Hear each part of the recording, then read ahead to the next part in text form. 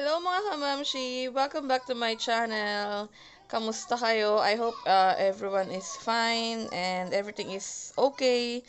So ngayon, for this video, I'm gonna share to you a brief, short sharing lang naman to. So as you see, I am now on my 34 weeks for my baby girl. So konting kembot na lang, lalabas na siya. At dahil dyan, naghanda ako ng ilang documents na needed.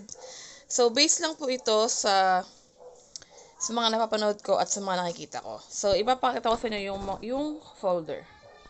So, ito yung portfolio. So, it's up to you. Pwedeng envelope, pwedeng normal na folder, or yung may sealed. So, it's up to you kung ano yung kukunin nyo, ano yung gagamitin nyo. So, ako, is nag-portfolio ako para sa mga susunod din, after ka mga anak, pwede ko pa siyang gamitin. So, i-share ko sa inyo yung laman nito. So, yan, important documents. So, ito yung pangalan ng magiging baby ko, si Alicia. So, ito kasi nagpa-print ako sa asawa ko dahil kailangan ko siyang idikit doon sa gamit ni baby. So, on my next vlog, ipapakita ko rin sa inyo yon.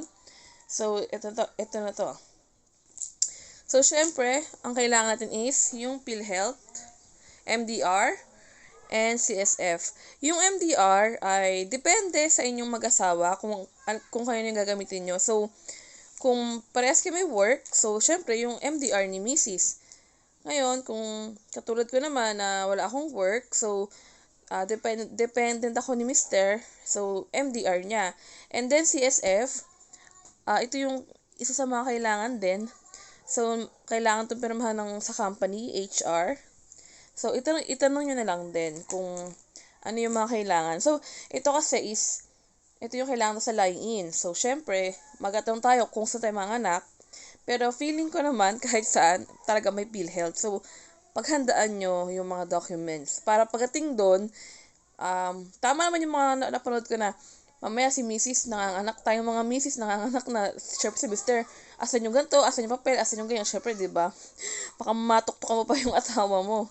Ang sakit-sakit na nga, nanganganak ka na lahat-lahat, dahil pa rin tanong. So, in short, maghanda na po tayo ng mga documents na kailangan. So, yan, number 1 is yung PhilHealth, CSF, and MDR. And next is the marriage certificate. So, dito, syempre, kailangan valid to yung sa PSA.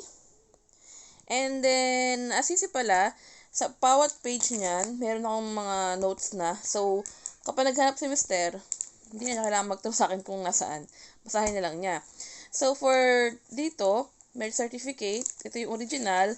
Tapos, sa likod, ay meron din tayong photocopy. Syempre, mahalaga din yan. So, certificate. Kapag kasal po, kailangan po ata nito, kailangan din maghanda. Just in case lang na maghanap yung hospital or yung line-in. Next is birth certificate ng mag-asawa. Based lang din sa mga napapanood ko, kailangan din daw nito. So, original and photocopy na po ito. So, yung original lagi pong nasa labas, nasa harapan, I mean. And then, yung photocopy po is nasa likod. So, yan. Siyempre, kailangan din yan.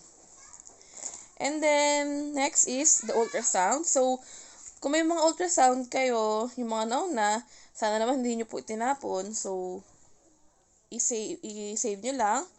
So, ako, yan, first, second, third, fourth. So, lahat po ito ay merong nakalagay na number 1, 2, 3, and 4. Ibig sabihin yun yung first ultrasound ko, second ultrasound ko. Hindi ko na siya aalisin dahil mahirap ibalik dahil may mga picture kasi siya. So, yan, tama, may 1. Yung kaso dyan may 2. So, yun nga, depende po sa inyo kung paano nyo siya i-organize. And then, next is lab test result. So, dito, same din. Para din sure, yan, may 1. Tapos, yung kasunod niya is 2. Then, yung kasunod is 3. So, syempre, ito yung mga history na titingnan. Just in case na magtanong kung kamusta kayo, di ba? Yung mga lab test nyo. Yan. So, mahalaga din yan. And I think naman hahanapin to kung may kailangan sa history niya, diba? And then, the next is photocopy of ID, yung mag-asawa.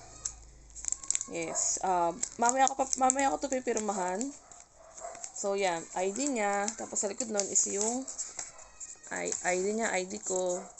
Then, may magkasama kami. Yan. So, just in case lang na maghanap, maganda na yung meron. And, yung mat ko sa SSS, hindi ko pa napiprint, pero tingin ko hindi naman siya kailangan. Pero just in case lang, para pagkapanganak ko, diba, maalala ko na kailangan ko mag-file, diba? So, ayun lang po. So, for the meantime, yun lang po yung mga nagawa ko.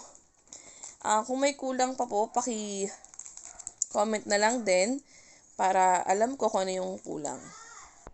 And ayun po, thank you po sa panonood. So, kung meron pa pong kulang, paki-comment na lang po sa baba, and paki-inform ako para malaman ko kung ano pa yung mga kailangan ko. And ayun nga, so sana praying for normal delivery. Based on my last ultrasound, nakaano na naman siya pesto, pero syempre maganda na yung nakakasigurado. So, ito malikot po siya. See you on my next vlog, and thank you for your time. Keep safe, and don't forget to like and subscribe. Bye-bye.